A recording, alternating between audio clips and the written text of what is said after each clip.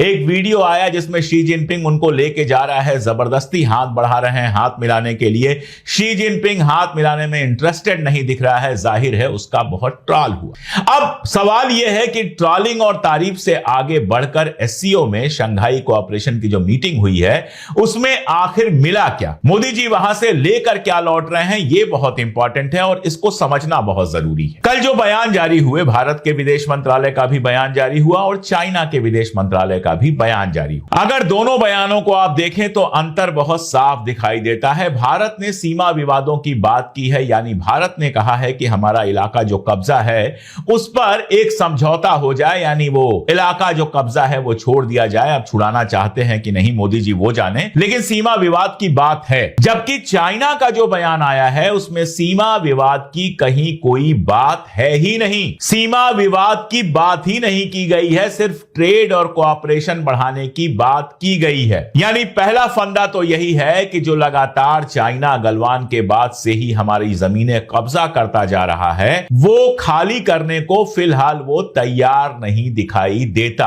अब दूसरी बात आप देखिए, मोदी जी ने वहां एक बयान दिया जिसमें जाहिर तौर पर कश्मीर में जो हुआ था, पहलगाम में जो हुआ था उसका जिक्र किया। उनके बयान का एक हिस्सा था जिसमें उन्होंने कहा कि जो लोग साथ खड़े हुए थे, जो मित्र देश हमारे साथ खड़े हुए थे, उनका आभार। एससीओ में जितने इंपॉर्टेंट देश आए हुए हैं, टर्की उसका मेंबर नहीं है लेकिन आया हुआ है, इनवाइटेड है। चाइना तो खैर है ही, चाइना उसका होस्ट है और एससीओ का संस्थापक है, और पाकिस्तान भी वहां पर है, बाकी मुल्क भी वहां पर है। उनमें से किसी देश ने भारत का समर्थन नहीं किया था। यानी एससीओ एक ऐसा मंच है जहां रशिया को थोड़ा बहुत छोड़ दें तो एक भी देश ऐसा नहीं है जिसने हमारा समर्थन किया हो। पाकिस्तान के साथ तो लड़ाई थी, और टर्की के जो एर्दोगान हैं वो पूरी तरह से पाकिस्तान के साथ खड़े हो गए थे, पाकिस्तान को ड्रोन दे रहे थे। चाइना की हालत तब यह थी कि भारत के जो मीडिया चैनल हैं वो चाइना कितना करीब है पाकिस्तान का ये दिखाने में बिजी थे, बता रहे थे कि वहां जो मिसाइल्स थी क्या वो चाइना की थी। भारत की सेना ने, विदेश मंत्रालय ने बाकायदा बयान जारी किए थे कि हम दो फ्रंट पे लड़ रहे हैं, यानी कि चाइना पाकिस्तान की पूरी तरह से मदद कर रहा है। तो चाइना का सवाल नहीं उठता, पाकिस्तान का सवाल नहीं उठता, टर्की पाकिस्तान के साथ था। हालांकि कल मोदी जी एर्दोगान से हाथ मिलाते हुए नजर आए। अब इसका क्या मतलब निकाला जाए, क्या नहीं निकाला जाए, हम नहीं जानते। ये हम जरूर जानते हैं कि टर्किश एयरलाइंस को लेकर जो तमाम बातें हुई थी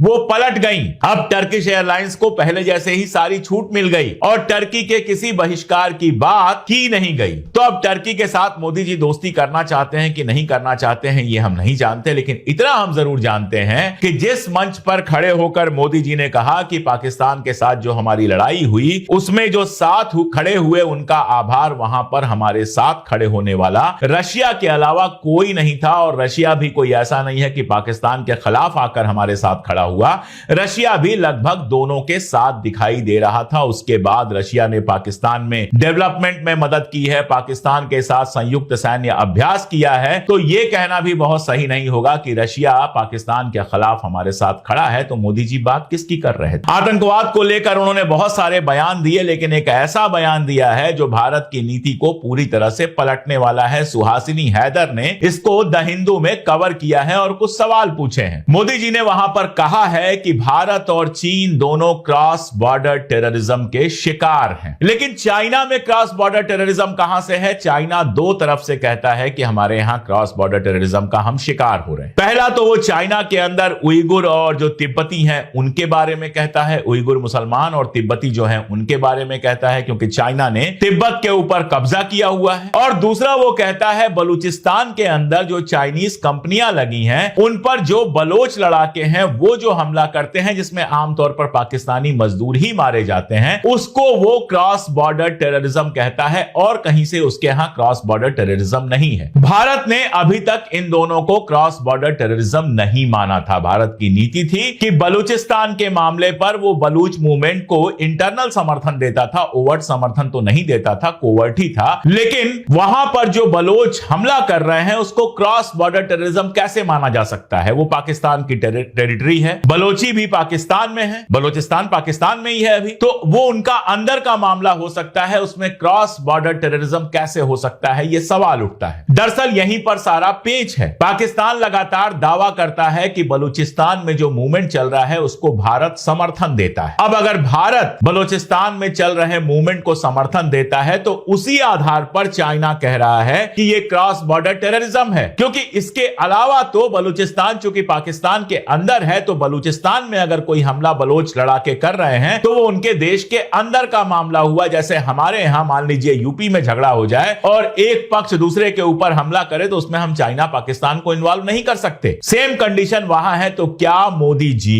अपनी ही गेंद से अपने ही तरफ गोल मार कर आए हैं? क्या मोदी जी चाइना की उस बात का समर्थन कर रहे हैं कि बलोच लड़ाकों को बाहर से समर्थन मिलता है, और बाहर से यानी कि भारत से समर्थन मिलता है? तो क्या वो कहना चाह रहे हैं कि भारत पाकिस्तान और चाइना में क्रॉस बॉर्डर टेररिज्म कर रहा है? ये एक बड़ा सवाल है। ये बयान अपने आप में बेहद चौंकाने वाला है, और ये बयान मोदी जी ने क्यों दिया ये सिर्फ मोदी जी समझ सकते हैं या फिर वो लोग समझ सकते हैं जिन्होंने ये बयान तैयार किया। और देखिए एससीओ में सबके बावजूद मोदी जी और भारत ऑड मैन आउट की तरह नजर आ रहे हैं। कारण क्या है आप देख लीजिए। इस समय जो इंटरनेशनल दो ध्रुव बने हुए हैं, एक ध्रुव बना हुआ है अमेरिका, दूसरा बना हुआ है चाइना। और जो सबसे बड़ा फ्लैश पॉइंट है वो दो है, यूक्रेन रशिया वार एक है और दूसरा है मिडिल ईस्ट में जो इजराइल कर रहा है, जो लड़ाइयां लड़ रहा है वो। अब आप देखिए मिडिल ईस्ट को थोड़ी देर के लिए पहले ले लेते हैं। मिडिल ईस्ट में गजा के खिलाफ जो लड़ाई हो रही है या गजा में जिस तरह का जेनोसाइड चल रहा है, उसमें एससीओ में जितनी कंट्रीज बैठी हुई हैं सब कम से कम खुले तौर पर बाहर की तरफ से अगर आप देखें, मतलब खुल के जो कह रही हैं उसको अगर आप देखें तो वो इजराइल के खिलाफ और गजा और फलस्तीन के साथ है। ईरान है वहां पर, वो तो है ही फलस्तीन के साथ। टर्की अंदर से जितना भी इजराइल से सेटिंग उसकी चलती हो, लेकिन कई बार घोषणा कर चुका, अभी हाल में घोषणा किया 2 दिन पहले कि हम इजराइल के साथ सारे रिश्ते खत्म कर रहे हैं। पब्लिकली वो लगातार गजा के समर्थन में है। अभी कल ही प्रेस टीवी का बयान आया है जिसमें एससीओ में एर्दोगान को यह कहते हुए बताया गया है कि हम पूरी तरह से गजा के साथ हैं। पाकिस्तान कितना भी अमेरिका का समर्थक हो, लेकिन गजा पर वो इजराइल के खिलाफ लगातार बयान देता हुआ नजर आता है। इजराइल ने यहां तक कहा है कि अगला खतरा पाकिस्तान से है। चाइना लगातार गजा और ईरान के साथ खड़ा हुआ है। रशिया लगातार ईरान के साथ खड़ा हुआ है। जो छोटे मोटे मुल्क हैं वहां पर उनको तो छोड़ ही दीजिए, उनमें से भी ज्यादातर जो हैं वो गजा के पक्ष में ही बयान देते रहे हैं। जबकि भारत ने अपना स्टैंड, और भारत ने नहीं, नरेंद्र मोदी जी ने अपना स्टैंड इजराइल समर्थक के रूप में डेवलप किया है। पूरी दुनिया में उनको इजराइल के और भारत को इजराइल के समर्थक के रूप में देखा जाता है, और गजा पर उनका कोई खुला स्टैंड नहीं आया है। गजा में जो जेनोसाइड चल रहा है उसकी एक भी मजम्मत प्रधानमंत्री के या फिर विदेश मंत्री के स्तर पर आपको दिखाई नहीं देगी। यहां तक कि ईरान से जब इजराइल की लड़ाई चली तो भी ईरान के समर्थन में कोई बयान देने की जगह दोनों पर बात की गई, इजराइल और ईरान पर एक साथ बात की गई। तो एससीओ का जो मंच है वो चाइना, प्रो चाइना कंट्रीज का मंच है जो तमाम मुद्दों पर अमेरिका के खिलाफ खड़ा होता है। हालांकि एर्दोगान अमेरिका के उतने ही करीब है, पाकिस्तान अमेरिका के उतने ही करीब है। एर्दोगान तो नाटो का मेंबर भी है जितना कोई हो सकता है, लेकिन मिडिल ईस्ट के मुद्दे पर इनका स्टैंड ये है। भारत यहां पर ऑड मैन आउट हो जाता है। ऐसे ही अगर रशिया और यूक्रेन को देखें तो रशिया आया हुआ है, वो तो एक पक्ष है ही उसमें। चाइना रशिया के साथ खड़ा है। बाकी कंट्रीज जो है उन्होंने अपना कोई बहुत क्लियर स्टैंड उस पर नहीं लिया हुआ है। भारत का स्टैंड उस पर कुछ खास क्लियर नहीं है। कभी जेलेस्की को रिट्वीट करते हैं मोदी जी, या जेलेस्की बयान देता है, वो ट्वीट करता है कि मोदी जी से फोन पे बात हुई, उन्होंने शांति के पक्ष में बात की। कभी वहां पहुंच जाते हैं, कभी पुतिन से हाथ मिलाते हैं। दरअसल दिक्कत क्या हुई है,